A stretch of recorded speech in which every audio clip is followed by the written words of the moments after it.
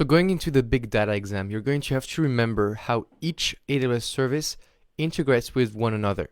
So here I made a tremendous effort to basically map out how all the technologies integrate with one another.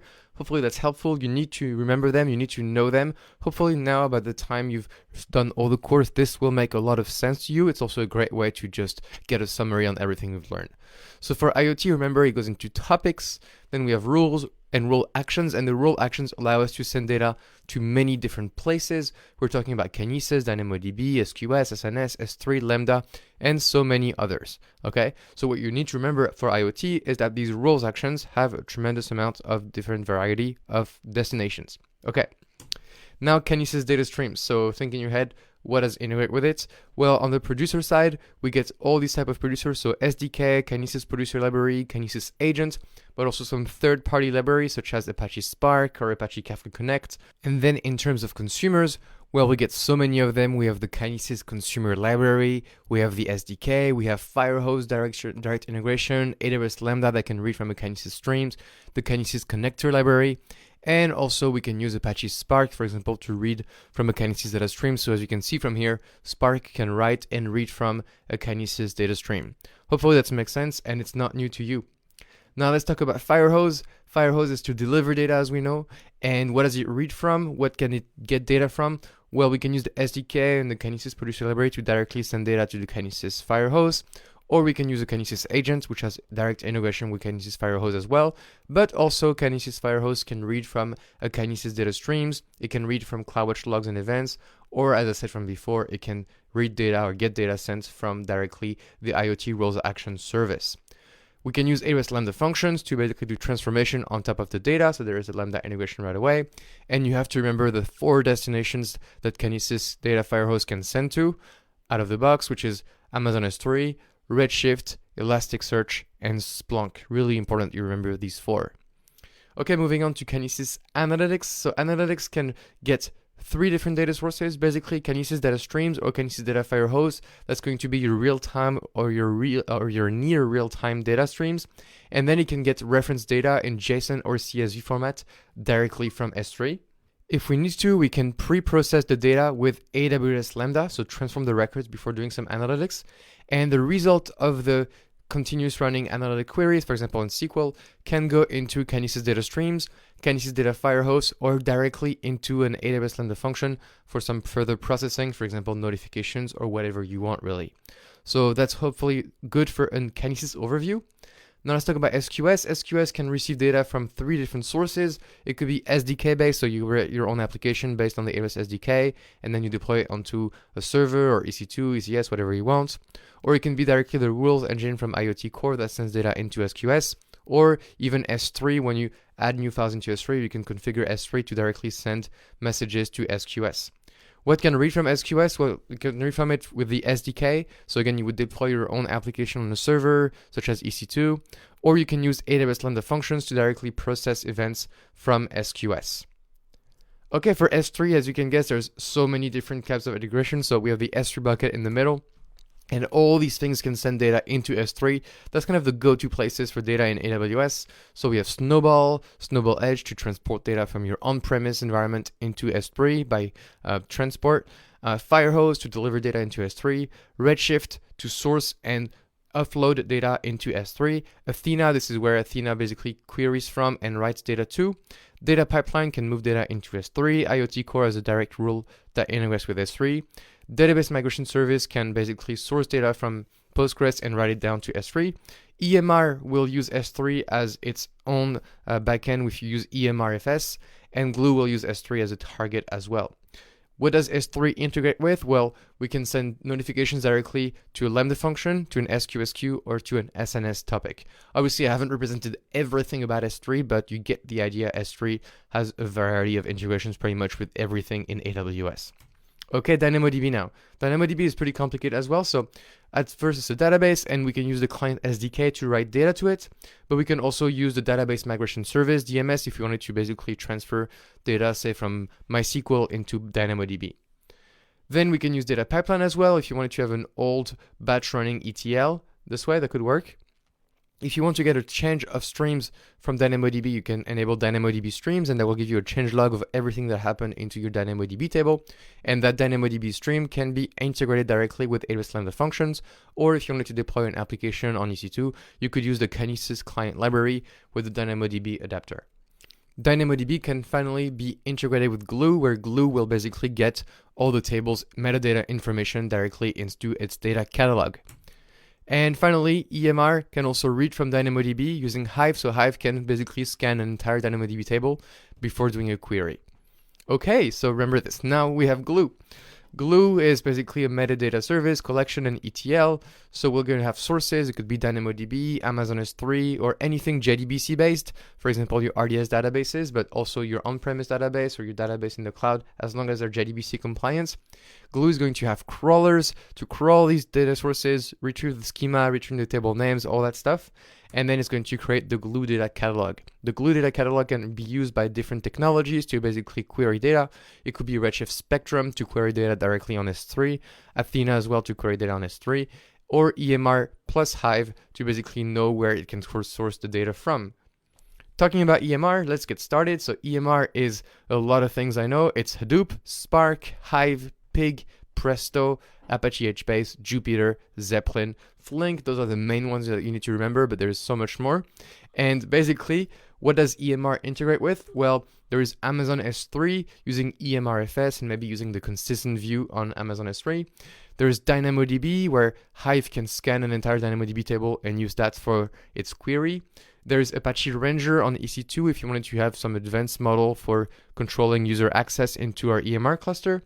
And there's the Glue data catalog to know what to query and what's available in our AWS environment in terms of data sources and so on. Okay, now let's get into Amazon Machine Learning, which by the way is deprecated, but still we need to know about it for the exam. So Amazon ML basically sources data either from Amazon S3 or Redshift, does some machine learning, and then exposes the output model as a prediction and exposes a prediction API, so we can basically throw some data at Amazon ML and get the output results we want from it. Very simple, so I'll just keep it short. Amazon SageMaker now is going to be the newer, more shiny Amazon machine learning service. And so what does it work with? Well, it has TensorFlow, PyTorch, MXNet, or many other data machine learning framework. And what do we do with it? Well, we get a notebook and we can perform our data analysis, our machine learning modeling, etc., etc. We source data only from Amazon S3, and then when we're ready, we deploy the model and we can run predictions whenever we want.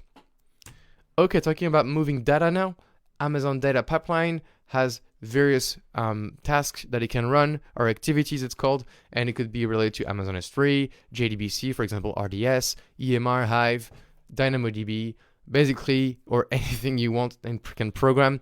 Data Pipeline is quite a versatile service. It can do anything you want really, but it's batch and it's pretty old. But anyway, you see the direct integration it has.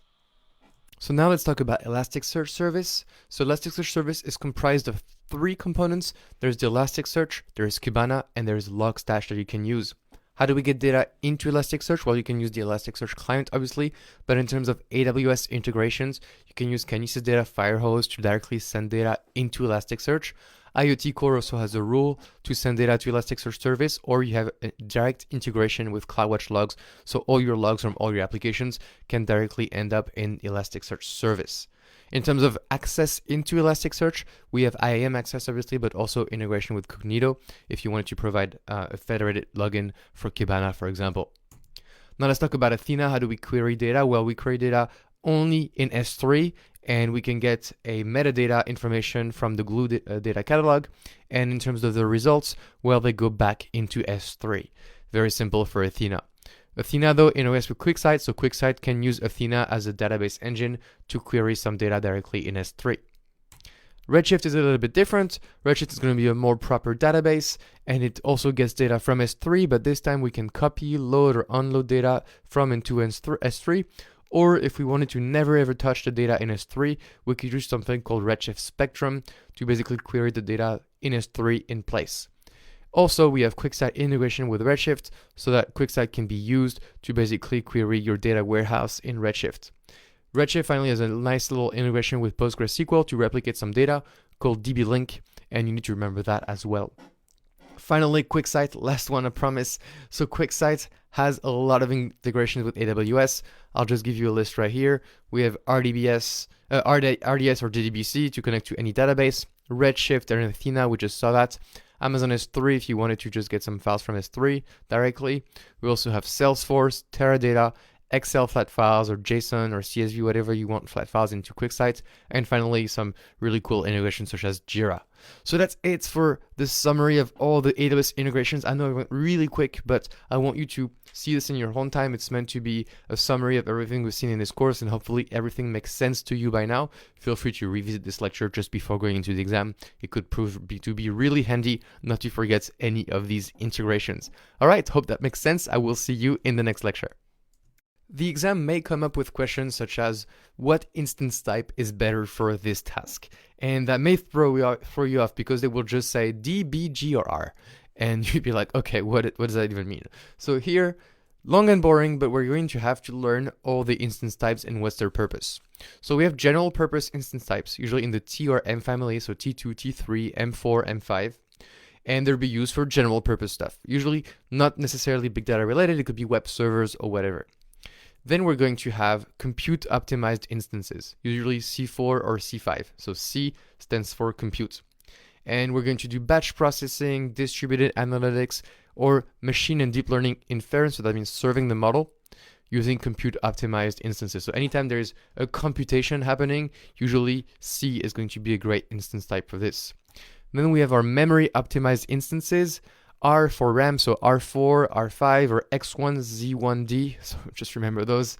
And when do we use memory optimized instances? Well, when we need to have a high performance database, something that's going to be an in-memory database. So for example, anytime we do real-time big data analytics, that could be a great candidate, or maybe HBase, that kind of stuff. Now we get accelerated computing, P2, P3, G3, and F1, remember those? And they're used basically because they're GPU instances, so they're made to do computing at a lot of scale. And these instances, when you see machine or deep learning, this is going to be P2, P3, G3, F1. Just remember those. So anytime you see machine or deep learning, think GPU, think accelerated computing, think P2 or G3. Okay. And then finally, we're going to get our storage optimized instances. So H1, I3, and D2. So I3 and H1 are going to be used when we use distributed file systems, such as HDFS for your EMR cluster, or a network file system, or when we do MapReduce, or when we deploy Apache Kafka, for example.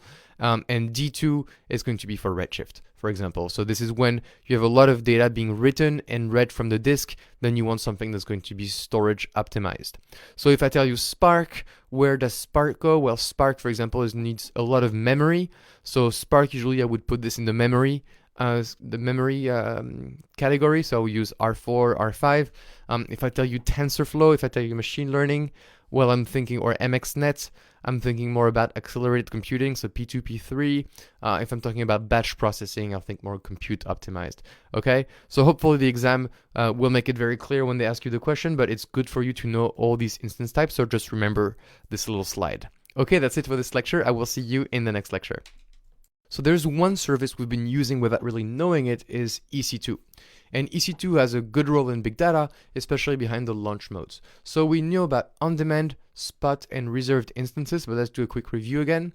So spot means that it's going to be a very, very cheap instance, but AWS can take it away from you at any time. So you need to be able to tolerate loss of instance. That means that usually if you do big data with spot instances, there needs to be some sort of checkpointing features. So machine learning algorithm, Spark, Hive, all these things are meant to tolerate loss, so they would be great candidates to run your big data processing jobs or your machine learning jobs on spot instances. Similarly, if you have a very long-running cluster or a database, like think EMR cluster running for over a year or RDS database running for over a year, then you need to start reserving your instances, because by reserving your instances ahead of time, you're going to get a tremendous discount. So this is for stuff that's going to be very stable over time. Finally, for all the remaining workloads that we don't know if we can lose them, or we don't know if we can use them for a year continuously, then on-demand is going to be the type of instance launch that we want. Also, let's talk about autoscaling. So autoscaling can be leveraged for EMR or other services. It's automated for DynamoDB, autoscaling groups, etc. It could be really helpful in case you get more data over time, or if it's a seasonal data, or if it's like a daily data, maybe you get more load during the day and less load at night. Autoscaling can be very handy for that. And if you combine autoscaling with on-demand, spot, this could give you some really good price and cost benefits. Finally, EC2 is behind your EMR cluster. So think about the type of nodes that you're going to assign to your master nodes and the type of nodes for your compute nodes. So compute nodes, remember, contain the data, and the task nodes do not contain data. They're just here to make tasks, okay? So that's it for EC2, just a quick review, but hopefully you get a better idea of how EC2 fits into the big data ecosystem. I will see you in the next lecture. Okay, we just have a couple of more random things to talk about here where we're getting reports from students that these things are showing up on the data analytics exam.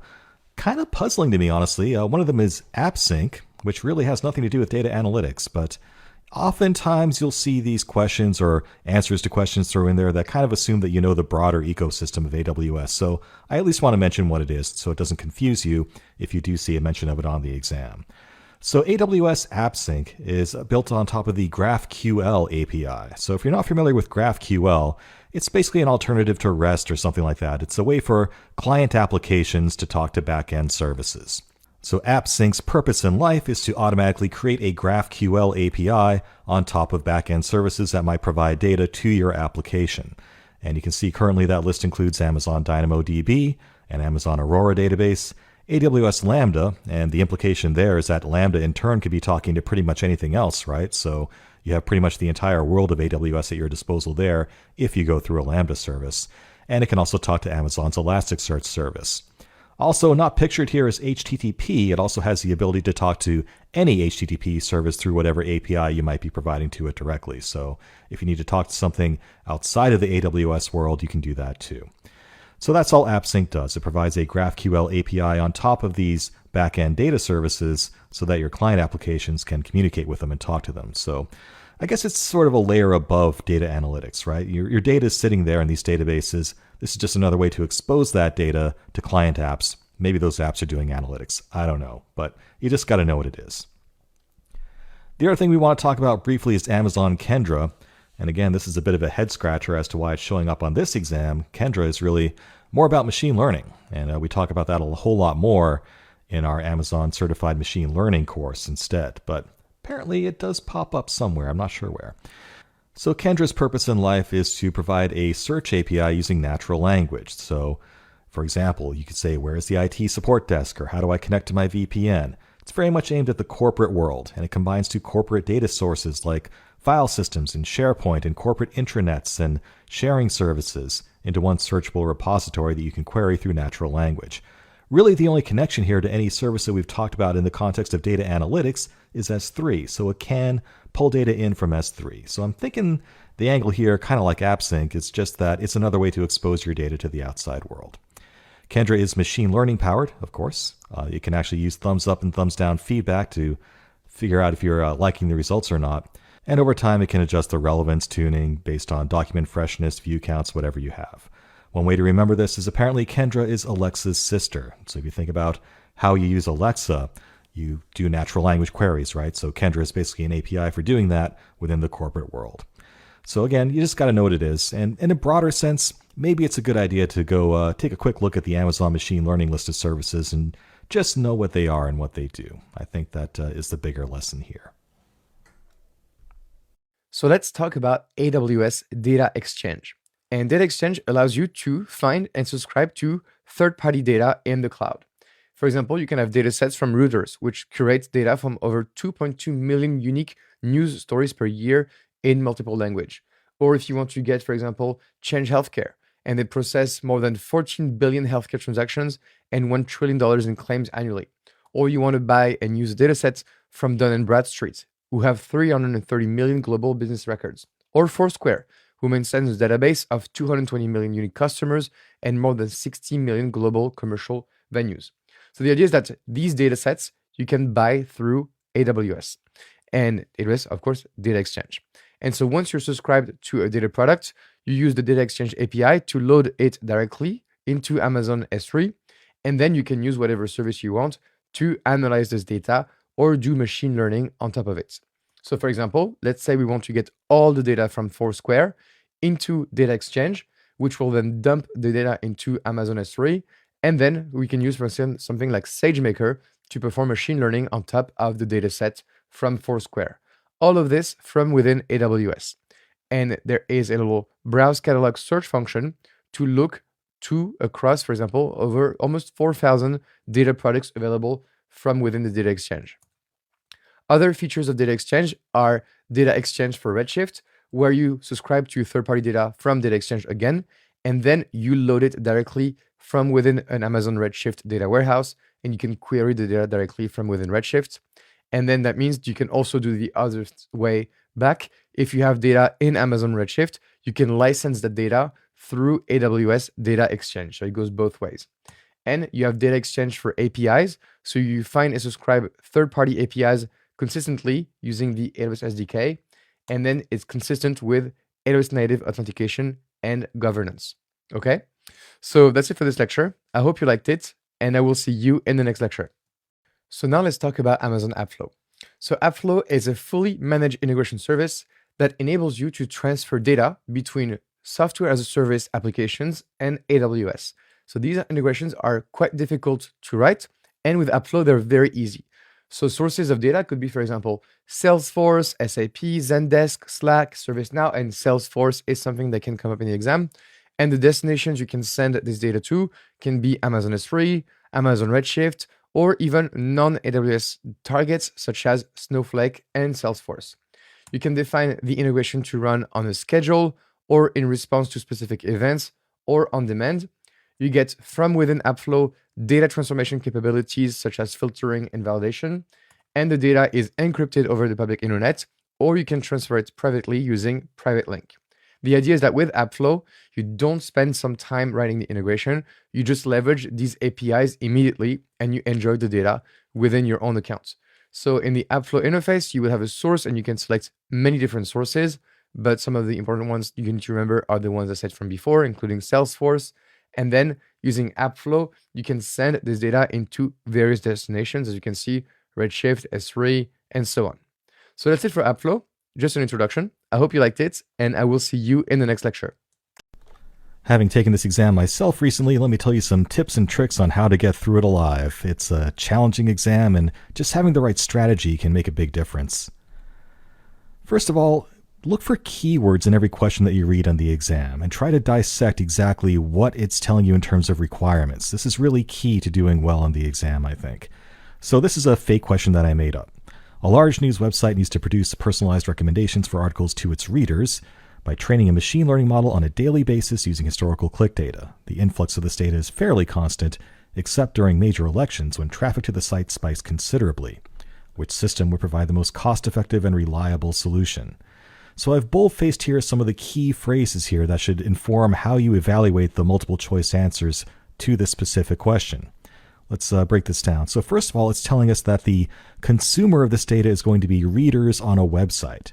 So that tells me that this data needs to be published as something that is very fast and can be scaled out to the public world at large. So automatically that's telling me something like DynamoDB maybe that can scale pretty much infinitely using a NoSQL kind of database. It's also telling me that it only needs to be trained on a daily basis. So there's no real-time streaming requirement going on here.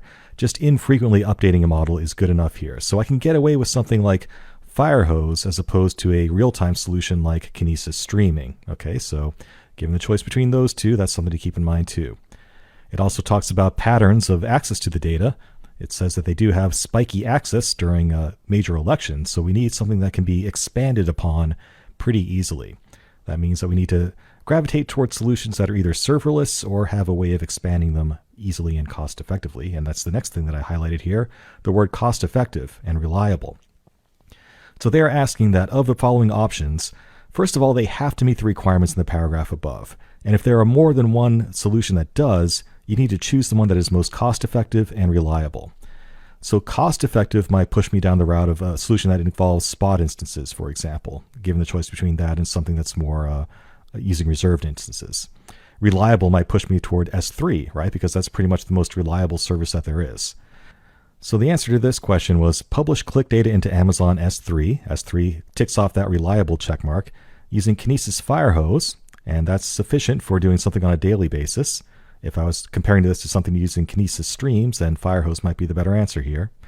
And process the data nightly using Apache Spark and MLlib using spot instances, where spot instances hit on that cost-effective part in an EMR cluster. Publish the model's results to DynamoDB, which hits on the end consumer of the data, which is end users on a website, for producing recommendations in real time. So that's an example of how you might want to look for sort of key phrases that tell you about the key requirements of the question you're being given, the scenario that you're being given, and the things that you're looking for to actually differentiate if you have more than one correct answer that meets those requirements. Pretty much every question on the exam is going to take the form of, here's a very specific problem, a specific scenario with specific requirements, here's what I'm trying to optimize for, and then they'll give you a list of various solutions to that problem. Some of them won't make any sense at all. Some of them will involve made-up technologies that just don't make sense. Others will make sense, and you need to choose someone that fits the requirements best. So really, a lot of it is just sort of studying those questions, picking out those keywords, and understanding what the requirements are you're being asked. Do not just skim through the questions. This is probably the biggest mistake you can make taking this exam. Take the time to read every word of the question and understand it and what they're asking you for. If you skim through it, you're going to miss an important requirement and you'll pick the wrong answer. Pace yourself. So it is a 170-minute exam. That's almost 3 hours. And yeah, that's a long time.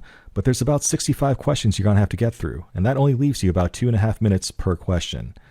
So don't get stressed out about that. That is enough time to read and understand each question. You know, we're only talking about a couple of paragraphs here. You can do that in a minute. And that leaves you plenty of time to think about it and put down at least your best initial guess. So yeah, you have to keep the pace going. Don't dwell on any particular question for 5 minutes, guys, or you won't finish it. It is actually going to be a little bit tight, and you will be there for most of that 3 hours, I guarantee you. If you do get stuck, though, it has a feature of flagging questions for later review. So there's a little icon you'll see on every question that allows you to mark that for later review. So if you are stumped on something or you just don't understand the question, do not spend too much time on it. If you think you've been sitting there for more than 2.5 minutes, just select your best guess for now and mark it for later review. Then at the end of the exam, you can go back and use any time that you have left over to reconsider those questions that you marked for later review. A mistake that I made was not being generous enough with my flags. So there were a lot of questions that I wasn't totally sure about, but I just kind of went with my best guess and kept on going. I kind of wish in hindsight that I flagged those questions so I could go back and think more about my answers on them. So don't make that mistake. If you're not sure about it, flag it, and you can come back and take a second look at it.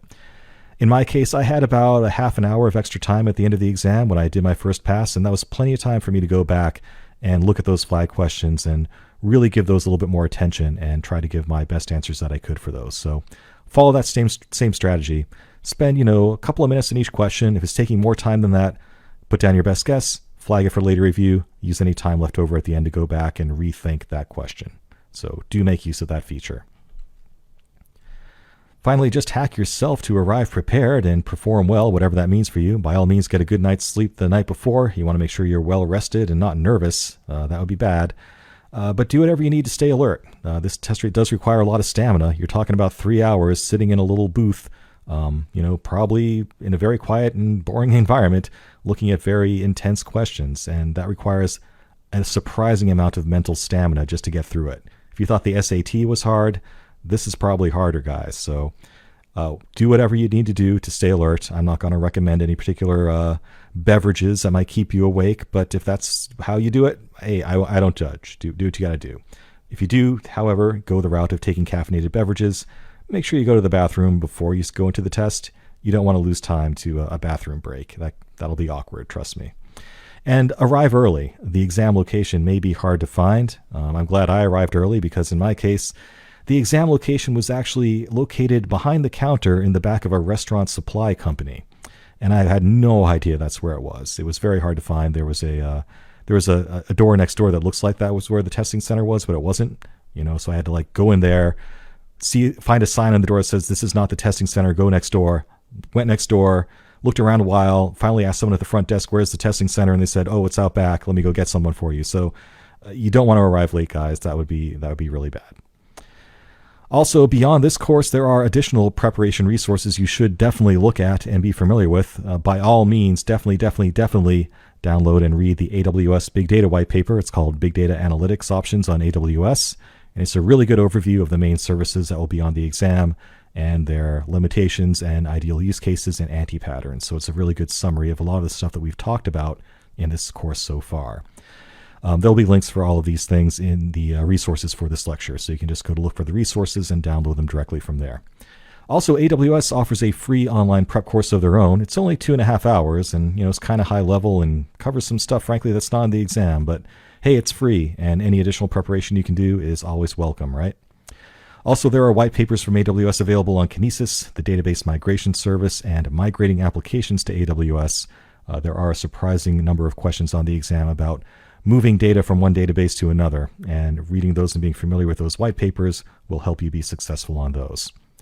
Also, read the exam overview page from AWS. It also includes a few sample questions. There are 10 sample questions they give you, and the more sample questions you see, the better. And also, make sure this is not your first certification exam. This was actually my first certification exam, and I did manage to pass it, but it was not easy. AWS does recommend that you have at least an associate level certification going into this, and really there's a lot to be said just for knowing what to expect on an AWS certification exam and not being surprised by it. And definitely take our practice exam that's included in this course. You'll see that shortly, and we have a very, what I think is a very realistic simulation of the exam itself, and you should go through that and judge for yourself if you feel ready or not.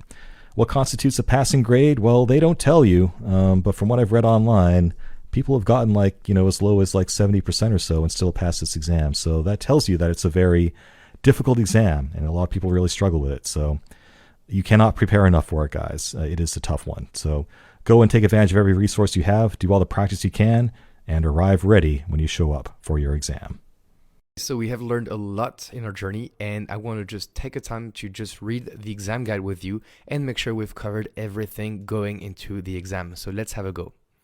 Okay, so as you can see, I am on the AWS Certified Data Analytics Specialty page, and in there I can download the exam guide or download the sample questions and also look at the abilities that are validated and the recommended knowledge. So we can see we need to be able to define how the data analytics services, how they work, and understand how they integrate with each other. So we've seen this at length in this course, but also understand how these services fit in the data lifecycle of collection, storage, processing, and visualization. And this is how we've organized our course.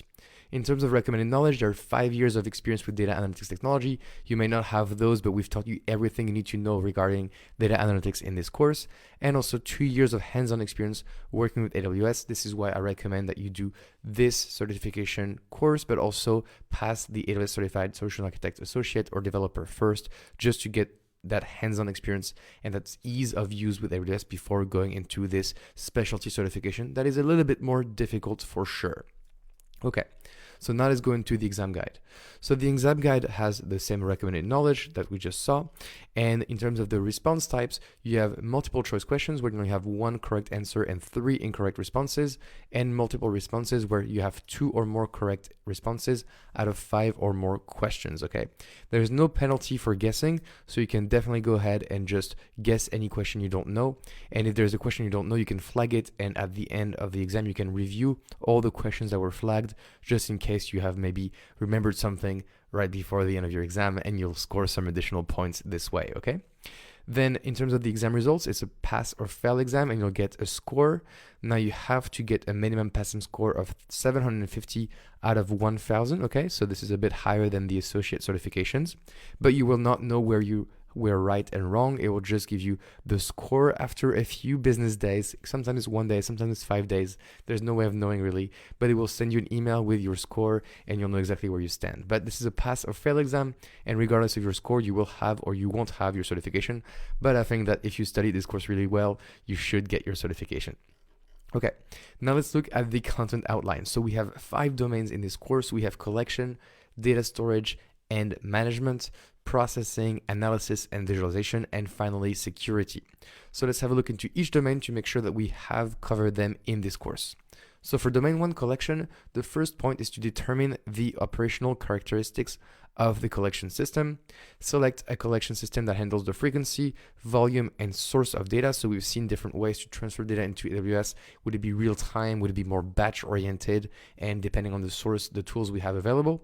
And finally, a collection system that addresses the key properties of the data, such as order, format, compression. So we've seen that different technologies, SQS or Kinesis will have some kind of ordering constraints. From formats, it depends, like if your data is in CSV, JSON, and other formats. And compression, for example, if you want to save some bandwidth while collecting the data to reduce your cost. Then on storage and data management, we need to determine the operational characteristics of a storage solution for analytics. So we've seen all the ways based on serverless or databases and so on. Determine data access and retrieval patterns. So do we access the data often? Do we access only part of the data or the entire data set? Is it better to have it in a database or in an object store such as S3?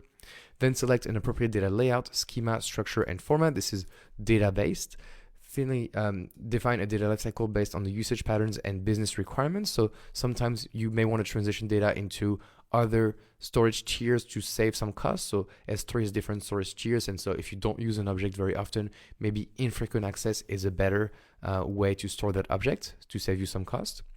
And maybe Glacier is great if you want to archive stuff. And then determine an appropriate system for cataloging data and managing metadata. So we've seen that there's multiple ones. For example, Glue is a great one to have the Glue data catalog, manage the metadata, and so on. Maybe you can create your own as well in DynamoDB. You're free to do whatever you want. It's just open. Then we have processing. So determine appropriate data processing solution requirements. So this really depends on what the requirement is, but we've seen about EMR clusters, we've seen Kinesis data analytics, we've seen a way to run some ETLs with Glue. So we've seen different ways to definitely process the data. Design a solution for transforming and preparing data for analysis. So maybe you want to transform it using Athena and so on. There's different ways of moving and transforming the data to get it ready with the right format for analysis. And finally, automate and operationalize a data processing solution. So this is how do we automate everything we've done to make sure that this can be done without us intervening, and making sure that we reduce the time from data collection, storage, all the way to processing to make sure that the analysis and visualization is as real time as possible. Talking about analysis and visualization, you need to determine the operational characteristic of the solution. So you can see the operational is everywhere, but we taught you how everything works, so you're all set on the operations. Then select the appropriate data analysis solution for a given scenario.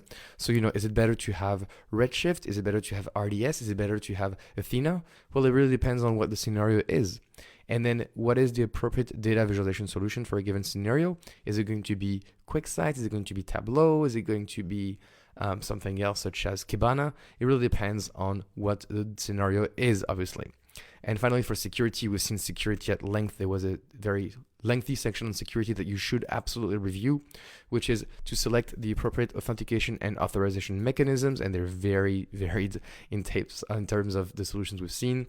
Apply data protection and encryption techniques, and we've seen different ones, and apply data governance and compliance controls. This is extremely helpful with CloudTrail, with IAM policies, and so on.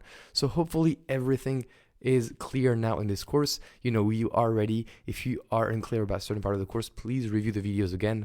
But you are, to me, ready for this. Just practice, and you'll be all set. So I wish you good luck. And as we can see, we've covered everything from the exam guide. So I will see you in the next lecture. So now is the time to sign up for your certification. And for this, you go to this website, AWS training/certification, and then you click on sign in. You have to create an account for Amazon or signing user accounts, but as you mentioned, it's not for AWS, it is an Amazon account, so make sure you have one, but you can just create one, it's fairly easy. After you're signing, you're redirected to the screen, and then to get your certification, you click on Go to your accounts.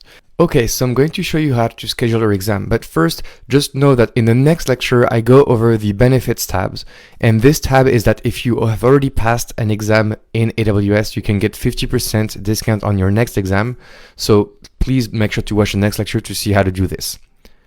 Now, to set up an exam, you have two options. You can either use Pearson VUE or PSI, and both have their own network of testing centers that are physical, so you need to go into a testing center so you can see if Pearson VUE or PSI is better. But one of them, Pearson VUE, allows you to get your exam online. Okay, so someone is going to watch you on camera and actually make you pass your examination directly from your home office if you're alone in your room. So we are going to see both. So in case you want to schedule on your exam, you can just click on schedule new exam. Now there's a big note here that says that if you are requesting an exam accommodation to get an extra 30 minutes on your test because you're not an English native, then you cannot schedule an exam with Pearson VUE online. You have to call them on your phone. So this is also something I show you in the next lecture, how to request an exam accommodation. So please make sure to watch the next lecture. But also, please make sure that if you do enable to get an exam accommodation, you will need to schedule an exam with Pearson VUE via phone. And Pearson VUE right now is the only examination center that is allowing you to get online exams, so that may be a problem for you. Okay, so now we can have a look at how to schedule an exam. So if you scroll down on this page, you see the list of all the examinations available to you. And for example, if you look at Certified Developer Associate, you can click here to schedule with PSI. And then from this page, you can find your exam you want. So we said Certified Developer, which is right here. You would click on Schedule Exam, English, and then you can find a test location in your area and finally go to the checkout. So PSI is for your in-person, on-site exam centers, and due to COVID-19, it may be a problem for you to schedule an exam in person. So the other alternative is to go with Pearson VUE. So for example, I'm going to do Solutions Architect Associate with Pearson VUE. So I click here and I can go ahead and schedule it on their website. Now Pearson VUE allows you to get both in person or at home for a test center. So as you can see here, you can take at a local test center or at home or office. So this is in person again, so exam centers may be closed due to COVID-19, but this is at home, which is a popular option. So then you click on Run Pre-Check to make sure that your computer is ready. Then you click on Next and you would be able to go ahead with scheduling your exam. So fairly simple, you just have to accept just a bunch of clauses, choose your language for your exam, and then you would be able to select a time and a date for your exam. Now, please note that this is going to be at home, so if you schedule it, make sure to show up maybe 30 minutes in advance just to make sure your computer is ready and to make sure that you are ready to start your exam. You would have to go directly into the Pearson VUE website to get your exam. So here, I can schedule other exams, but I think I'll be good. One is enough. Find your date and find your time. And then you're good to go ahead and pay. And then when you are ready to take your exam, you would go to upcoming exams and you click on Manage Pearson VUE exam. And this would allow you to find where your exam is and to start it online. You would see it here in this UI. Okay, so that's it. I hope you liked this lecture and I will see you in the next lecture. So I want to show you a little trick that not many people know, and that will allow you to save up to 50% on your exam cost if you have done an exam before. So in case you have already passed an AWS certification and you go to the benefits tab, you can see a lot of benefits. And in there at the very bottom, there is a AWS exam discount benefit, which gives you 50% discount on your next exam. And to claim a benefit, you just click on claim benefit. And what this will do is that it will create a code for you, and that code you can use to get 50% off your next exam. So let me claim a benefit right now. And as you can see now, the code has been here. So now I need to use this code. So for this, let me go back to my metrics and I'm going to schedule a new exam. I'm going to use PSI, and go directly to the exam I want to schedule. And this works on any exam as far as I can tell. So for example, I'll go ahead and book the DevOps exam.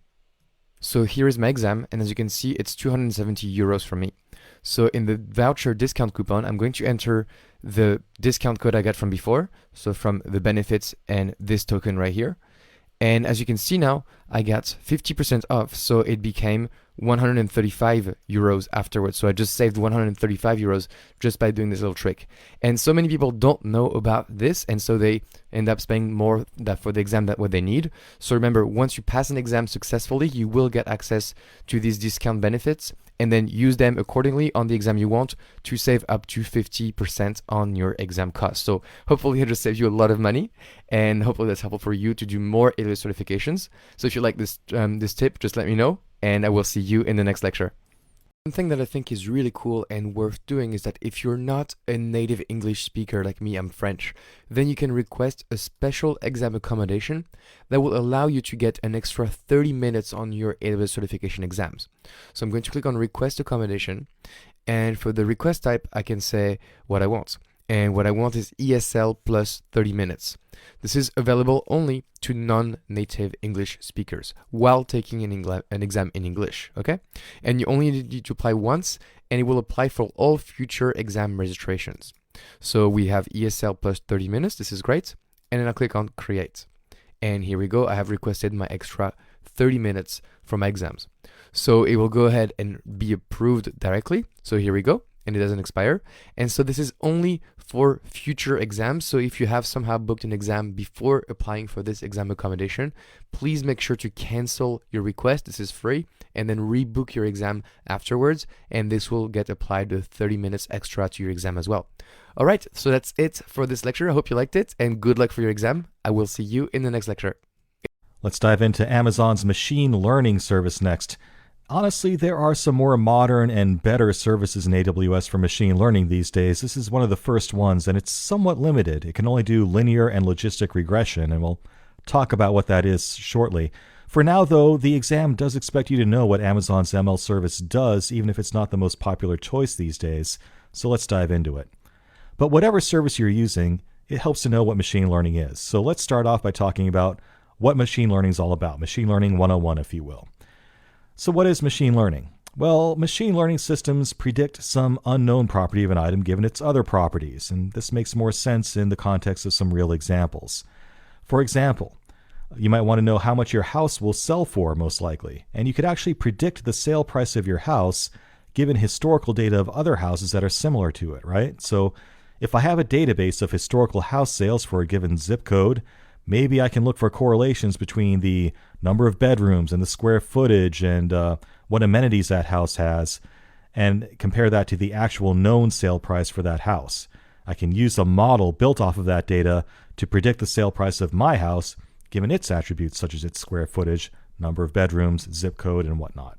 Machine learning can also be used to do image classification. So I might be able to train a machine learning system using a bunch of images of things where I know what it is. And if I give it enough pictures of a house and enough pictures of a sign to learn from, maybe I could feed it this random new photo and it would say, hey, this photo contains a picture of a house and a picture of a sign. That's another example of machine learning. It also has applications in the medical field. So let's say I feed it a database of known biopsy results where I have a biopsy test done on someone and we're trying to figure out if that biopsy test is malignant or benign. If I have enough of a history of the properties of those biopsies and whether or not a real doctor determined they were malignant or benign, I could train a model to automatically predict whether it's malignant or benign based on new biopsy results that it's never seen before.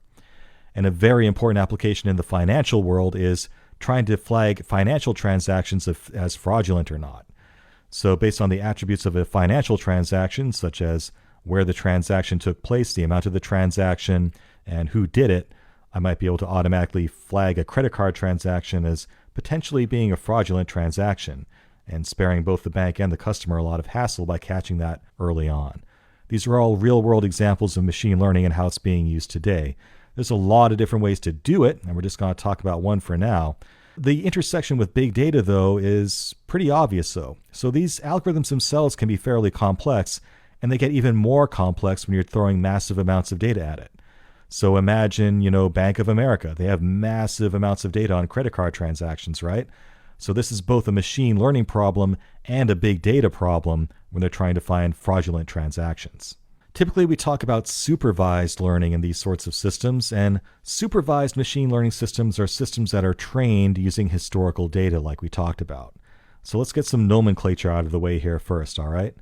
So the property you're trying to predict, such as what object is in this picture or what is the sale price of this house, that's called the label of the data. So the label is the thing you're trying to predict. Now you're going to feed your supervised machine learning system a training data set.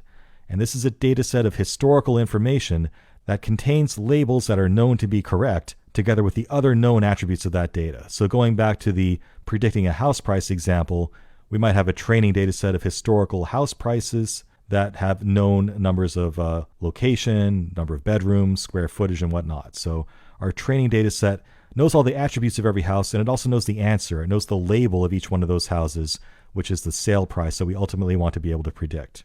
So we take all that training data and we use it to build a model that tries to find these relationships between the attributes and the labels, and we can then use that model to make predictions of unknown labels on new data.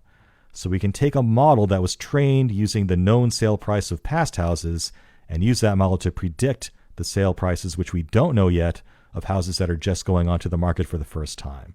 That's how supervised learning works. It's basically training a model based on historical information and using that model to make predictions about new data where we don't know the answer. So how do we evaluate how good a supervised learning model is? Well, one way is by using something called train test. And the idea here is that you take your training set, your historical data, and you split it into two sets randomly. One you're going to call the training set, and this is usually the bulk of your data, and the other will be your test set.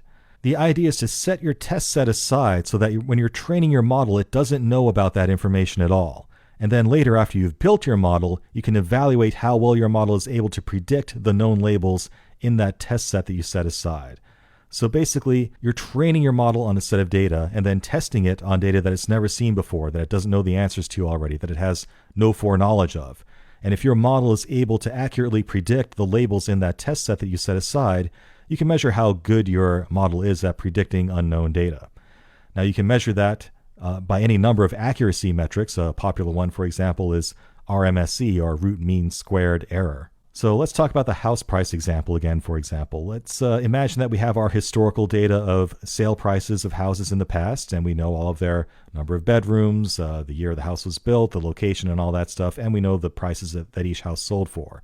We would take that entire data set, say we have 1,000 historical sale data points there to work with. Maybe we take 800 of those and use those for training our machine learning model. We would reserve the other 200 as a test set. So we take those 800 points from our training set, build a model to build up that relationship between the attributes and the sale prices, which is our label. And then once we have that model, we'll take our remaining 200 data points in the test set. We will not tell our model what the answer is, what the labels are in that known test set. So we'll say, okay, model, here's 200 more houses, and here's the number of bedrooms, the zip code, the square footage of all these houses. Tell me what you think the sale price would be. And it will come back with a number, and we can compare that to the known actual sale price for each one of those and measure how accurate our model really is. So let's talk specifically about Amazon's machine learning service. It really only supports a couple of different model types, regression and classification. And within classification, there are binary and multi-class classifications. These aren't really separate things in the machine learning service, but this is the language that the exam currently uses. So it's important to understand these terms and what they mean. So by regression, we mean that we are trying to predict some numerical value based on past trends. So if we're trying to predict what price a house will sell for, in that case, we're trying to predict a specific number.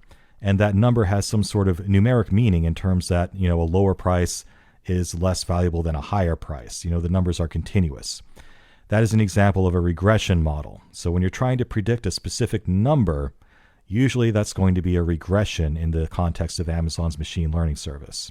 Now let's take an example of an image classification problem. Let's say that I'm trying to predict what is this a picture of? And it might be a cat, it might be a dog, it might be a fish, or it might be a horse. Well, in this case, I think it's a cat. But if a machine learning system were to try to figure that out, we would call that a multi-class classification problem, because we're trying to classify something into one of many different buckets, in this case, types of animals. Now, there are other classification problems where you're not trying to predict one of many classes and you're not trying to predict a number, but you're just trying to predict one of two classes, like a yes or no answer. For example, is this biopsy result malignant or benign?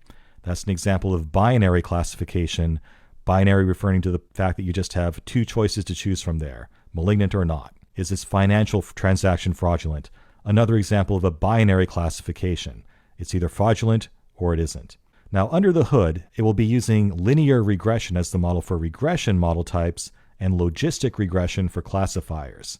So even though there are much more modern ways to do classification these days, such as neural networks, Amazon's machine learning service, being an older service, is using regression no matter what under the hood. There are basically two different kinds of regression: linear regression for predicting numbers and logistic regression for predicting categories. And that's what Amazon ML offers.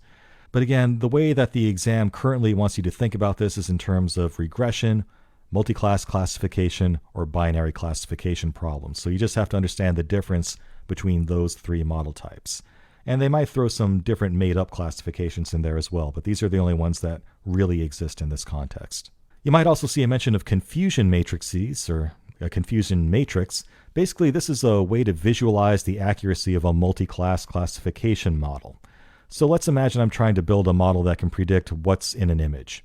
And this gives you a way of sort of visualizing how accurate it is in different cases. So for example, in this confusion matrix here, we have a bunch of images in our test data set, okay? And we know the actual label, the true label of each image in that data set, and the predicted label that our machine learning system said, not knowing what it was ahead of time. So it turns out in this example, every image that we knew contained a dog was actually correctly predicted to contain a dog. So our prediction, our accuracy rate there was 1.0, 100% accurate. And because it's a high accuracy, we're going to color that as a dark blue. Now with cats, it had more trouble, it turns out. So for an image that we knew contained a cat, it only guessed cat 62% of the time in this example. The other 38% of the time, it predicted a fish for some reason. So, well, maybe an image like this came into it and that confused it. Who knows? So because 62% is, not 100%, that gets sort of a lighter shade of blue, and 38% being even lower, that gets an even lighter shade of blue. So you see how this is working now. Turns out our algorithm is really good at predicting pictures of fish. So for every fish picture it got, it correctly predicted that it was, in fact, a fish, and that in turn gets a really dark blue color. So the way to interpret a confusion matrix by just looking at it is that a really perfect classifier will just have dark blue all the way down the diagonal here, right? So if it was all right all the time, I would just see dark blue on dog, dog, cat, cat, and fish, fish all the way down that diagonal. Everything else would remain light gray, indicating that those errors never happened.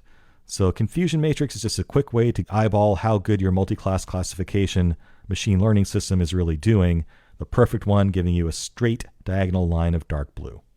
Another thing in the world of machine learning is hyperparameters, and this is also an important thing to understand. So there's more to machine learning than just how good the model itself is.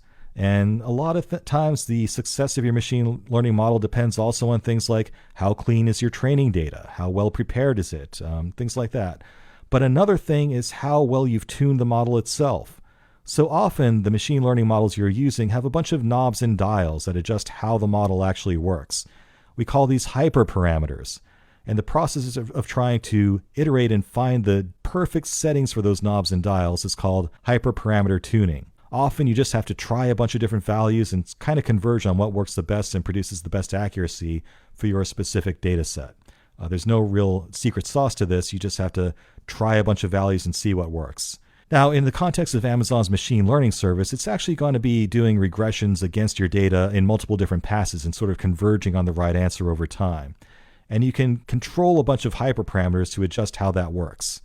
One is the learning rate, which is basically how quickly it moves from one iteration to the other, the model size, the number of passes it does while it tries to converge on a good answer, whether or not the input data is shuffled or not to sort of randomize things and try to eliminate any patterns that might be inherent in the order of the data you're feeding it, and also regularization, which just means scaling the data to a common range as it goes in. So these are all examples of hyperparameters in Amazon ML that you might need to tune in the process of hyperparameter tuning. It's not just a matter of what model you choose to use and the quality of the data going into it. You also need to tune the model itself to get the best results in machine learning in general. So let's talk in more depth about the Amazon machine learning service itself and less about machine learning in general. So what's the Amazon ML service all about? Well, it provides visualization tools and wizards to make creating your model easy. So you don't have to actually write code. You just say, here's my training data, and you can point that to training data that might exist in S3, Redshift, or RDS.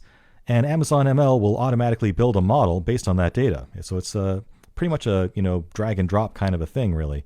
It builds a model automatically, and then you can use that model to make predictions, either using batches of data that you want to make predictions for, or using a low latency API that you can call from external applications. So basically you say, hey, Amazon ML, here's all my training data out in S3 or someplace, go build a model for me. And it will go and, train your model for you, and then you can either use the Amazon ML interface to make new predictions on batches of data, or actually call it like a service and actually get real-time predictions back on new items that you want to make predictions for. Amazon ML can also do train test for you and evaluate your model and tell you how good it is automatically. And the great thing, though, is that it's fully managed, and this is what's going to set it apart from some other solutions. So you don't have to worry about provisioning servers and taking care of those servers and figuring out how much capacity you need for a given problem. Amazon's ML service will figure all that out for you. You just need to say, here's my data, make predictions. It figures out how to do it and how to scale that out. Now again, Amazon ML is a little bit outdated these days. Its fully managed aspect is still very nice, but it's pretty limited in what it can do, and it's pretty limited in the types of algorithms that it can choose to solve a given problem. Really, everything's about deep learning these days, and we're going to talk about that soon, but Amazon machine learning is not deep learning. Now, the AWS Big Data White Paper talks a lot about ideal usage patterns for every service that it talks about, including Amazon ML, so it's worth our time to go through those. You'll see a lot of questions on the exam that are like, here's a problem, what's the right technology to solve this problem with? So understanding what given technologies such as Amazon ML are good for and what they're not good for is an important thing to understand for the exam. Here are some examples of what Amazon machine learning is good for. One is fraud detection. So if you want to flag suspicious transactions based on other attributes of that transaction, you can use fraud detection to do that using Amazon ML. Again, that's an example of a binary classification problem where you're trying to classify transactions as fraudulent or not fraudulent. You can also use it to forecast product demand given on other attributes, and this would be an example of what? That would be a regression problem, right? Because we're trying to predict a number there, the actual future demand or forecasted sales for a given item. It says you can also use it for personalization, for example, predicting the items that a user will be interested in. And yeah, I guess you could. Amazon actually offers an AWS personalization service these days that is more purpose-built for that. So I wouldn't really choose this for that these days, but it's possible you might see an antiquated question about that. You can also use it for predicting user activity based on other users' past activity, and that's exactly what we're going to do in a moment here. And another example of using Amazon ML service is classifying social media. This is an example that keeps coming up. For example, feeding it a bunch of tweets and trying to predict whether or not a tweet warrants the attention of your social media team to go and like counteract someone that's bad-mouthing you or something, right? So these are all examples of what Amazon ML is good for. Let's talk a little bit about its cost model. The good thing is that with Amazon ML, you pay for what you use.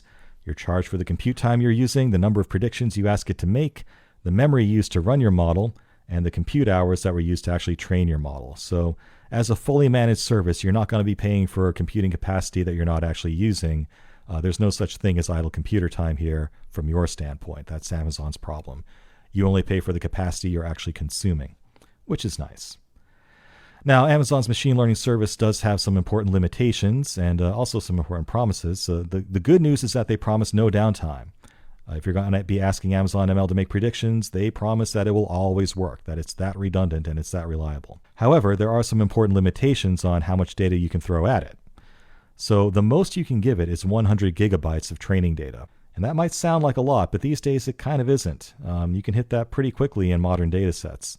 Now, you can ask for a little bit more than that if you file a support ticket, but there are limits. You can't go beyond, say, a terabyte of training data. It's just not designed for that scale of data. Also, you cannot run more than 5 simultaneous jobs on Amazon ML at once. It's hard to imagine why you'd want to do that, but if you do need more than that, you can file a support ticket and they can lift that restriction for you.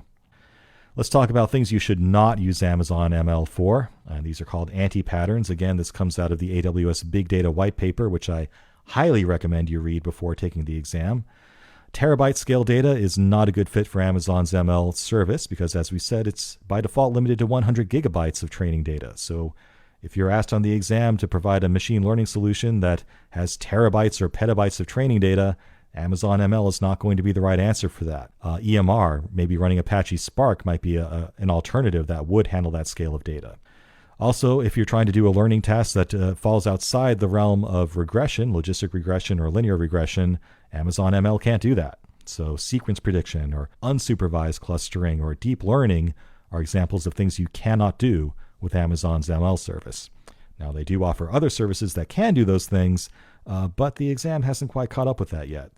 But it's good to know what it cannot do. So that's Amazon ML in a nutshell. Let's go off and do an exercise with it, and then we'll come back and talk about some more modern alternatives to Amazon ML. Next, let's dive into Amazon SageMaker. SageMaker is a component of Amazon Web Services and allows you to create notebooks hosted on AWS that can train large-scale models in the cloud and then vend predictions from that model from the cloud as well. It's an easy way to get some serious computing horsepower behind your machine learning system in an on-demand manner. We're starting to see this on the exam as it scales better than Amazon's ML service, and it has more flexibility and more advanced and modern algorithms, although it's definitely not as easy to use as Amazon's ML service. You're going to have to write Python code in what's called a Jupyter notebook in order to use SageMaker. But it's still fully managed, so at least you don't have to worry about provisioning capacity for your machine learning jobs like you would with Apache Spark or something, no matter how complex or advanced they might be. SageMaker includes 3 modules that you have to work through: build, train, and deploy. So the build module provides a hosted environment for working with your data, experimenting with algorithms, and visualizing your output. This is where you're going to be working with fully managed instances running Jupyter notebooks for training, data exploration, and pre-processing. Now, these Jupyter notebooks that you're going to be writing your Python code in to build your model are preloaded with some pretty cool stuff, such as CUDA and cuDNN drivers for deep learning. These are drivers that allow you to use the GPU on the computers in your cluster to accelerate your neural networks. It also includes a wide variety of Anaconda packages, which are data science related and machine learning related packages for Python. And it also has libraries available for TensorFlow, Apache MXNet, PyTorch, and Chainer. So a very powerful tool set for not just machine learning in general, but also for deep learning and doing deep learning at large scale. So at a high level, it provides high-performance, scalable machine learning algorithms optimized for speed, scale, and accuracy. SageMaker in the build stage also has available built-in, fully managed reinforcement learning algorithms, which is another branch of machine learning, including some of the newest and best-performing reinforcement learning algorithms in the academic literature today. It offers broad framework support, so you can actually test and prototype your SageMaker models locally if you want to. You can download a Docker container to your local environment and work with that to actually develop your modules for SageMaker, and you can test them actually as well using the SageMaker Python SDK without actually being online. Once you've built your model, which you have to know what you're doing definitely to get to this point, you would then go to the training stage. So the train module allows for one-click model training and tuning at high scale and low cost. There's also something called SageMaker Search, which allows you to quickly find and evaluate the most relevant model training runs from potentially hundreds and thousands of your Amazon SageMaker model training jobs. So remember, you might want to train your model in several different ways using several different data sets and several different hyperparameters, for example. So training is not usually a one-stop thing. You're going to train it many, many times. Finally, once you've settled on your trained model that you want to work with, you will deploy that to the cloud and actually make predictions using it. So the deploy module provides a managed environment for you to easily host and test your models that will make predictions securely and with low latency. There's a batch transform mode that allows you to run predictions on large or small batch data.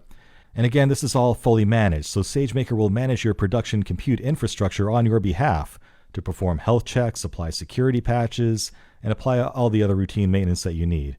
And this is all with built-in Amazon CloudWatch monitoring and logging as well.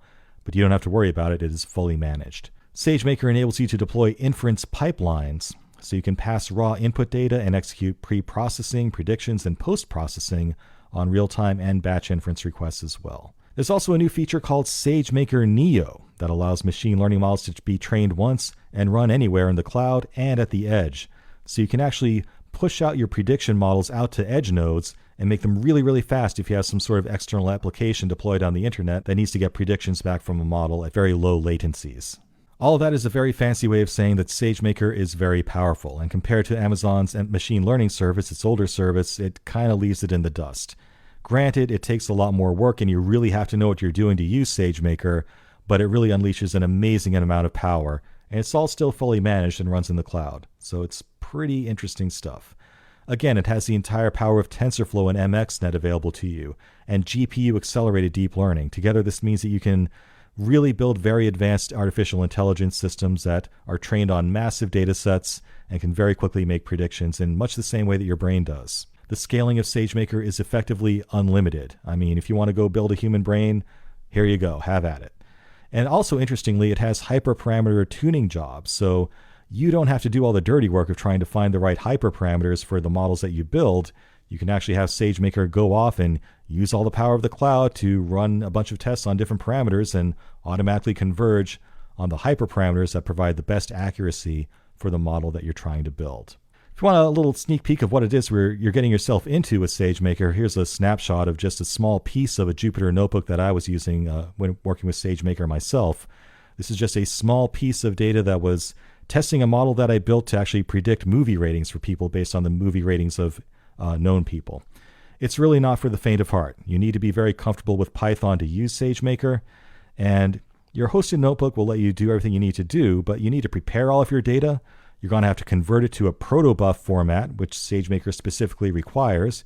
You're going to have to build your model here. You're going to have to tune your hyperparameters here, deploy your model, and make predictions from it, all using Python. So you've got to know what you're doing to use SageMaker, guys. I mean, there are some ways of using the console to do some of this stuff, but it's really meant for machine learning researchers who know what they're doing and they know what they're doing with Python. However, it is super, super powerful. Let's talk a little bit about security with SageMaker. They have put a lot of thought into SageMaker in general, and that extends to security as well.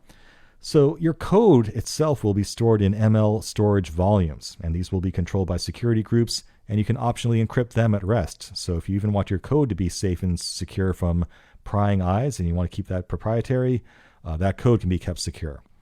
Any artifacts that are being sent around throughout the cluster, well, it's fully managed, so you don't really think about the cluster, but within the cloud, all that stuff is encrypted both in transit and at rest automatically. The API and console access is all secured by SSL. It also integrates with IAM roles, so you can control what services SageMaker can talk to, and it can work with encrypted S3 buckets if your source training data is also secure and sensitive as well. Furthermore, it integrates with KMS, the key management service for SageMaker notebooks, training jobs, and endpoints for even further security. From an operations standpoint, Amazon SageMaker can integrate with Amazon CloudWatch and Amazon CloudTrail.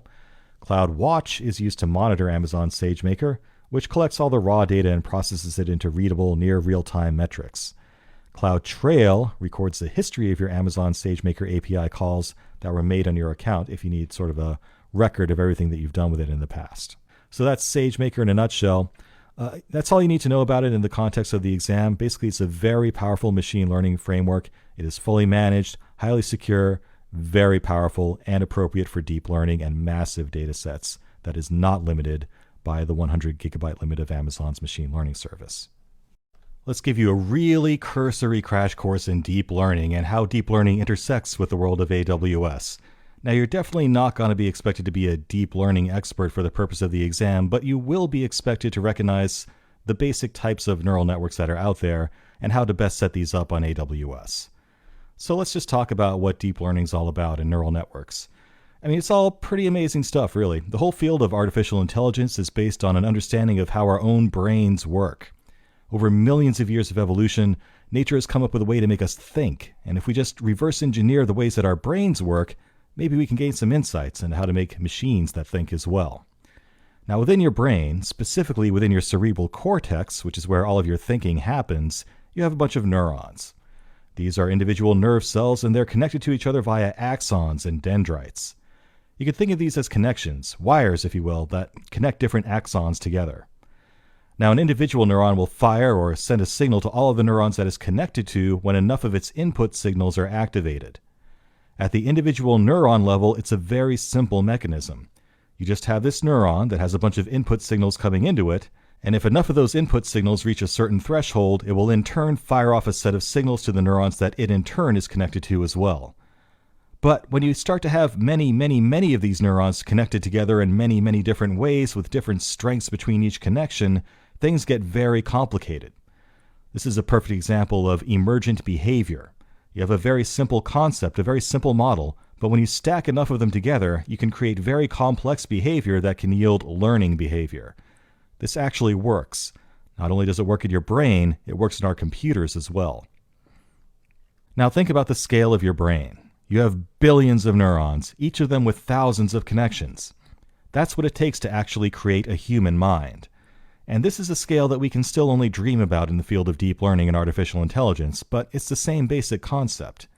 You just have a bunch of neurons with a bunch of connections that individually behave very simply, but once you get enough of them together, wired in enough complex ways, you can actually create very complex thoughts and maybe even consciousness. The plasticity of your brain is basically tuning where those connections go to and how strong each one is, and that's where all the magic happens.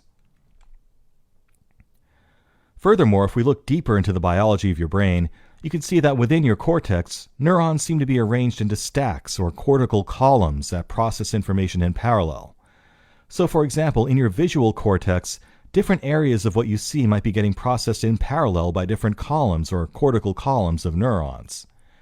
Each one of these columns is in turn made of mini-columns of around 100 neurons per mini-column. Mini-columns are then organized into larger hypercolumns, and within your cortex there are about 100 million of these mini-columns. So again, they just add up very quickly. Now coincidentally, this is a very similar architecture to how the 3D video card in your computer works. It has a bunch of very simple, very small processing units that are responsible for computing how little groups of pixels on your screen are computed.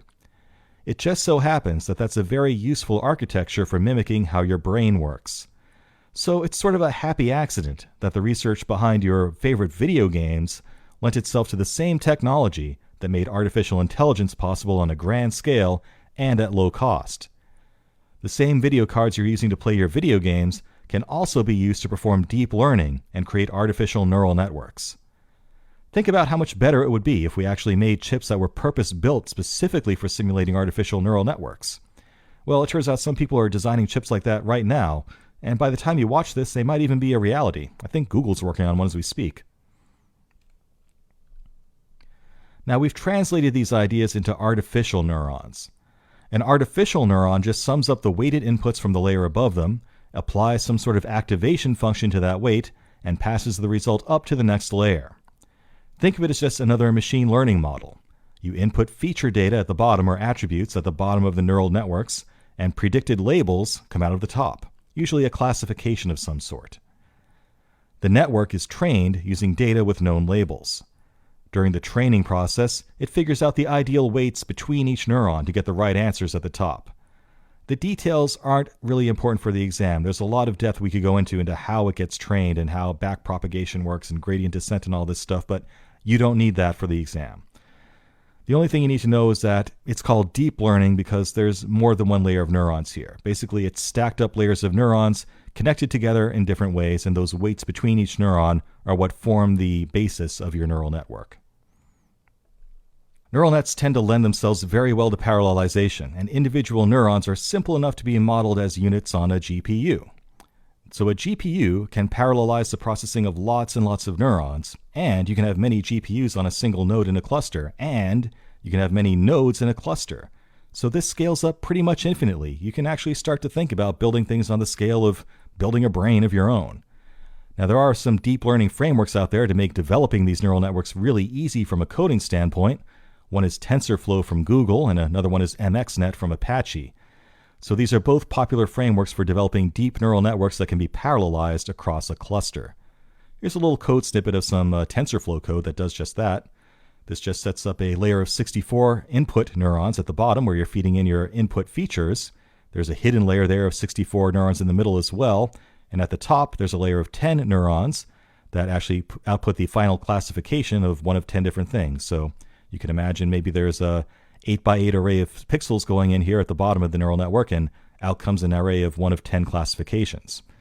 The rest of the code is just talking about how that model is trained exactly. And again, you'll never be expected to actually write or read code on the exam itself. I'm just providing this to make it more real for people who do understand code. And again, you're not going to need to know the details of how the different kinds of neural networks work. You're just going to have to recognize these terms and know that they are kinds of neural networks and at a very high level what they do. So for example, we have a feed-forward neural network. That's the ones that we just looked at previously in this lecture. That's an example where we just have a very simple neural network where we feed in attributes at the bottom and classifications pop out at the top. Now you can make more complex neural networks such as convolutional neural networks, also known as a CNN. These are neural networks that are purpose-built for processing image data, either 2D or 3D image data, and typically they're being used for image classification. So for example, if you have pictures coming in from a camera on your self-driving car, you might need to know if there's a stop sign in that image somewhere. A convolutional neural network is capable of doing that. It can look at all the different parts of that image all at once, and if it sees something that looks like a stop sign, it can output that at the top of the neural network. Another kind of neural network is called the recurrent neural network, or RNN. Recurrent neural networks are designed to deal with sequences in time. And that's what's actually illustrated here on this slide. You can see that in addition to the outputs of the individual neurons being propagated upward to the next layer, they also propagate back to that same layer again in the next iteration. And in this way, it can model the effect of time passing as it's being trained. So an RNN is appropriate for dealing with things like predicting stock prices or understanding words in a sentence and things like that, where the sequence is important. There are some specialized kinds of RNNs, including LSTM, that stands for Long Short-Term Memory Cell, and also GRU, which stands for Gated Recurrent Unit Cell, which is just a simplified version of LSTM. I bring these terms up for a reason. It's highlighted for a reason. It would be a good idea for you to at least remember that an LSTM is a kind of recurrent neural network. But that's the only depth that you could possibly need. Finally, let's talk about the intersection of deep learning with AWS. So how do you actually deploy deep learning applications on Elastic MapReduce or on EC2? Well, Elastic MapReduce supports Apache MXNet out of the box, and you can also set up EMR clusters using GPU instance types, which is really important. So as long as you're running MXNet, and you can run TensorFlow in there too if you want to, and you have GPU instance types, you have a cluster that's coming out of EMR that is highly optimized for doing deep learning. You just need to know what kind of instance types to choose. So remember, if you're going to be doing deep learning, you want to be using instances that have lots and lots of GPU horsepower, because GPUs are really well suited for processing neural networks. Some choices might be the P3, the P2, or the G3. These all have various combinations of NVIDIA GPUs that are very good for accelerating deep learning neural networks. There are also deep learning Amazon machine images available in EC2, so if you want to build up your own cluster without using EMR, that's not too hard to do either. So that's your deep learning crash course and how it intersects with AWS. Again, you don't need a lot of depth on how deep learning works. You just need to understand the terms and how to actually efficiently deploy that on AWS. So let's move on to requirement 3 for Cadabra.com. That's to predict order quantities for a new order, so we can suggest to a user that maybe they might want more than one of something when they're ordering it. Now again, fortunately we have most of what we need already. We're using that same data lake in S3 of order data that we've used before. That's already been built up in earlier exercises, so we have our order information coming from an EC2 instance, which could represent one of a huge fleet. Those are pumping data into a Amazon Kinesis data firehose, which in turn dumps data into Amazon S3. We're going to set up Amazon machine learning to consume that data and build a regression model to try to predict order quantities based on the other fields of information that we have. Let's dive in and get started. So off to the AWS Management Console, let's type in machine learning. And there it is. It's a little bit weird that the exam focuses so much on the machine learning service, because there's a lot of more modern machine learning services available in AWS these days. But as the current exam does seem to focus on this, we're going to cover it. Amazon's machine learning service really only works with regression models, logistic regression or linear regression, depending on whether you're trying to categorize things or predict a number. More modern techniques would probably use deep neural nets for this sort of a thing. But anyway, let's go with this because currently this is what the exam's about. Get started. All right, we'll do a standard setup and hit launch. All right, well, we do have some real data here, so we're not going to take them up in their offer to use some fake data to play around with. Our data is in S3, which is already selected. Now we need to tell it where it is and also give it a schema. So you can see here in the fine print that if you want to provide a schema for the data, you need to provide it in a .schema file within that same path in S3. Now I've already provided you with one of the course materials, so let's go ahead and take a look at that. If you go to the course materials and go into the predicting order quantities folder, you'll see the underscore schema file there because, well, that's what I had to name it. Let's go ahead and upload that into S3, shall we? So let's open up a new AWS console.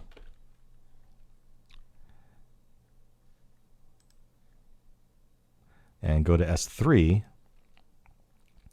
Navigate to your bucket for this course and navigate to the first date and hour back from when you first uploaded 500,000 rows into the Firehose stream. And you should see a folder that looks kind of like that. Let's go ahead and upload that schema file in here. We'll just browse for it.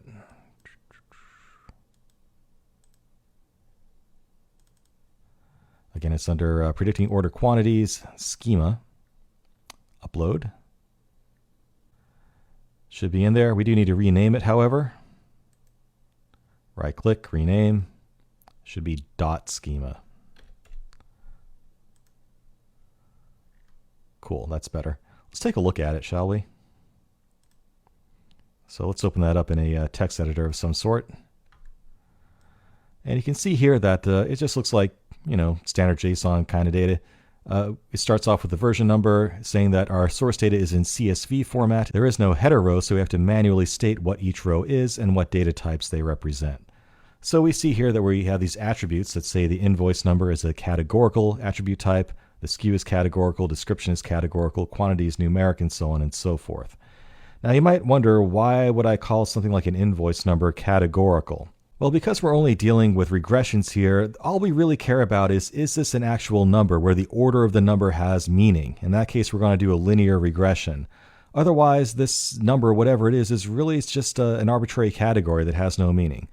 So invoice numbers aren't really like something that has an inherent meaning into the numbers themselves that we could like predict trends. Whereas quantity is a real number, that has actual meaning as a number in and of itself. Does that make sense? So the quantity, because that is actually a number where the number's order matters. Numeric implies that the order matters, okay? So that would be a numeric type. In contrast, something like the description, even though it's textual data, it's categorical in nature because it represents different categories of items. Each item has a unique description. The SKU also, the actual order of the SKU numbers, has no real meaning. Even though it's a number, it's still categorical information. Then we get down to something like invoice date. We're just going to treat that as text because, well, it turns out this system can't really deal with that date format very well. So that's kind of why we made the choices here that we did for types. But the main thing you need to understand is the distinction between categorical and numeric. Numeric implies that the number's order has meaning. Categorical means that it does not. That's all there is to it. All right. So there we have it. No, I don't want to update anything. Cool. All right, so our S3 data is in place. We have our schema, and we also have the path to it. So let's go back to the ML Learning Console here. We need to give it a path to that file. And sadly, there's no way to browse for it. So let's go back to the Management Console and see if we can just extract that here. It is part of the URL, so that makes life a little bit easier.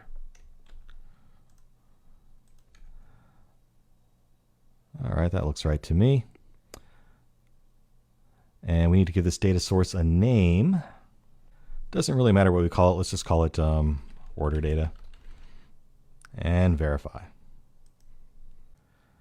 Oh, what's it complaining about? I think I just missed the trailing slash here, so it thinks that 20 is a file instead of a folder. Let's try that. Oh, hey, there, it actually did let me browse for it. Cool. Verify. Yep, that's all it is. So let's go ahead and give it the permission that it needs. It's already public, so it shouldn't really need permission, but sure, we'll say yes. And now we'll go out and load that schema file and infer the schema from it. Looks like it found it. That's a good thing. And yay, let's hit continue. All right, and here we can actually see that it imported that schema successfully. That's a good thing. Again, quantity is numeric, and pretty much everything else is categorical. Unit price is also numeric because that's also an example of a number where the order actually has meaning. This all looks good, so let's hit continue. Next, we need to choose our target, and this is basically the thing that we're trying to predict. So remember, the thing we're trying to predict is order quantities, so our target is quantity. And that's already been specified in our schema file, so that's already been selected for us by default, but if we want to change it, we could. Continue. We also need an optional row identifier, and this is really only used for your own informational purposes. It's just tagged along with the output when we're finished with creating predictions from the model, so you can actually get some context around what that prediction actually means. So for us, we're going to have the description tag along as a row identifier. That way we can have handy sort of a textual description of the thing that's being recommended. It doesn't really affect the model itself at all. It's strictly for your own convenience. Hit review. Double check everything. Looks good to me. And continue. All right. Final step here. We're going to stick with the default settings here. If you wanted to, you could have your own custom trained test splits for training things and evaluating things, but 30% sounds reasonable to me for evaluation. Let's go ahead and do that. And it does need a name. Default name is fine. So hit review. All right. Looks like it already created our data source for us. Everything's ready to go. It will figure out its own recipe and go ahead and create ML model. It successfully created it, and now we just have to sit here and wait for that status to change from pending to something that sounds a little bit more exciting. So I'll go ahead and pause this video, and I'll come back when that's done. All right, so about 15 minutes later, the model building itself actually completed. That means that it trained a regression model on our data successfully. It's still in the process of evaluating that model. So if you scroll down, you can see that the latest evaluation result is not available. It's still working on testing this model from the test data set that it set aside to measure its ability to correctly predict quantities. Obviously, that's a tall order, right? There's a wide range of quantities that people order, and trying to predict that just based on past behavior is going to be a challenging problem, so we shouldn't expect it to be too good. Anyway, let's take a step back while we're waiting for that evaluation to finish and talk about what went on here. So note here that it said that we did a numerical regression. That's because the field we used as a target, quantity, is a number, and that number has meaning in its order. So we're doing a linear regression under the hood to actually try to predict items going forward from this model. Now, in contrast, if I was using a categorical field to use as our target, that would be a classification problem. If I was choosing between many classifications, that would be a multiple classification problem. And if there were only two, that would be called a binary classification problem. That might show up on the exam, so make sure you understand those distinctions. If we're trying to predict a number where the number has meaning in its order, that's going to be a numerical regression. If you're trying to predict categorical data, that will be either binary or multi-class classification. Let's see if this is done yet. Let's hit refresh. Yep, it is. We have an evaluation result. So let's take a look at the results here. Open up the evaluation and go to summary. And it says that the model's quality score is better than the baseline. That's good. That means that it did something useful, but it's just barely better. I mean, the baseline was 41.9 and our score was 41.07. I mean, that's not really all that exciting. So honestly, this data set isn't terribly conducive to doing machine learning. We're doing it mainly for illustrative purposes, but still, I would have expected better than that. Let's dive into some examples here and see if we can figure out intuitively what's going on. This is the sort of thing you really do as a data scientist, right? So let's try real-time predictions and just, get our hands dirty with some specific examples. So this tool is pretty cool. It lets you actually type in everything except for the thing you're trying to predict, right? And see if based on these other fields, our model can actually successfully predict the quantity based on the other things that it knows about it. So is quantity really a function of the item in question and the description and the customer ID and the country? You would think that it would definitely be dependent on the item, if nothing else, right? So it should kind of work, I would think. Anyway, let's try with just the first row of our sample data here. So I opened up the online retail.csv data file that we started with. This is our actual data set. And you can find this in the course materials way back in the first section. So let's just take the data from that first line and paste it in. For your convenience, in the course materials, if you go under predicting order quantities, I pasted all that information in there for you. So you can just keep this off to the side and copy and paste these in. But take note that in the original source data, the real quantity that we're trying to predict here is 6. This actual item that we are going to tell everything but the quantity in real life, the right answer is 6. So let's copy these in. Our invoice number was this. Our SKU, which is the item identifier, is this. The description was this. The invoice date was this. Unit price, $255. Customer ID is this, and the country is the United Kingdom. So based on all that information, let's see what the model says. So the predicted value that it came back with is 14. Now the real value was 6. So, the good news is that it did know that someone probably wants more than one of these white hanging heart tea light holders. but it was off by, pretty much double as to the actual quantity that this person wanted. Again, I would expect a lot of uncertainty here, so it's kind of a win just that it knew that people tend to buy a lot of these things together. I mean, that's still a useful result. But what's going on here? Why is it so inflated? Why was the real value 6 and it said 14? Well, this turns out to be an example of where cleaning your data is really important. Let's take a look at what happens if we sort this data by quantity. So I'm just in Excel here. And I'm going to say sort by quantity, largest to smallest. And wow, you can see there's some huge outliers here, right? There's this one person who bought almost 81,000 of something. Someone else bought 74,000 of something. I mean, what's probably going on here is that these are some sort of institutional buyers who are just buying a ton of stuff, either for, some big organization like a school or something where they need a bunch of these things, or they might just be buying this stuff up to resell it themselves. Who knows? So, these aren't real individuals that we're interested in. These aren't people expressing individual behavior. These are sort of outliers. And identifying and cleaning your data of outliers like this is often the first step in preparing your data before you feed it into a machine learning algorithm. Not necessarily something that's going to crop up in the exam, but it's an important lesson nonetheless if you're going to be delving into the world of machine learning. Cleaning your data is often the most important part of getting good results. And yeah, I mean, we had a model here that is better than just guessing at the results, but if we were to clean that data up, I bet it would have done an even better job of creating an even better machine learning model that can create an even better linear regression that predicts order quantities based on the other stuff that it knows about a given line item. So there you are. Let's go ahead and delete this thing now that we're done with it. We'll just go back to the summary and delete this ML model to clean up our tracks here. You're only charged based on usage, but just in the interest of neatness. And there you have it. You've actually used Amazon Machine Learning hands-on to actually predict something using a linear regression, using a numerical regression model in Amazon ML. Congratulations on completing this course. You've absorbed a lot of information here, and I hope you've reinforced that knowledge with the hands-on activities, quizzes, and the practice exam provided with this course. As you've probably gathered, the AWS Certified Data Analytics exam is not easy. It's also not cheap, so if you don't feel completely comfortable with the subject matter yet, I would encourage you to go back and review the sections you need help with further and take the practice exam a second time. Self-directed hands-on exploration of these services is also a great way to learn more just by experimenting and being curious. Take notes too. There are a few important numbers you just have to remember, like how often Firehose streams can be updated or what the timeout is on a Lambda call. And there are some specific security scenarios that are called out that you should understand deeply as well.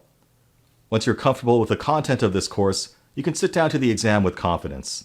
Stefan and I wish you the best of luck. When you pass the exam, be sure to let us know. You can find us both on LinkedIn, and we both love to hear about your successes. Finally, don't forget to leave a review on this course if you haven't already. Reviews aren't just important to us, they're important to your fellow students so they can find the best courses based on your experience. We hope this exam is the start of an exciting and challenging career in the field of big data for you, and that your certification opens up new opportunities for you. Thank you for having us along as part of your journey, and best of luck in the exam. Hello, this is Stefan Merrick, and congratulations on completing this course. I'm so glad that you made it all the way through the end. You stuck with the tutorials, it was maybe challenging and hopefully very rewarding, but you've made it, and now hopefully you've learned a lot, so much that you can apply it to your next job and grow with your career and so on. Now, I have a small ask before you go. I would love if you could take the time to leave a review or some feedback for me. Reviews and feedback really help me as a great encouragement to produce more content and hopefully know how you're doing with this course, but also they help other students from all around the world make the right purchasing decision when it comes to choosing a course and assessing its quality. So as such, I would love if you could take a minute or two of your time today to leave a review for this course. If you don't know how to leave a review, it's super simple. A pop-up will show up at the end of this course and will ask you for a star rating, 5 being the highest rating. You can optionally leave a comment, and then you can optionally answer a few questions. And when you're ready, just save and exit. If you don't see the pop-up appearing next, you can click on the top right corner of the course dashboard on udemy.com to add, edit, or delete a rating. Finally, in the last lecture of this course, the bonus lecture, you'll find the list of all my other courses with coupons included in them. I want you to have access to affordable education, and I want you to be able to learn the next big thing without thinking about it. So hopefully in this list of courses, you will find what you like and learn with me next. All right, that's it. I will see you in the next course.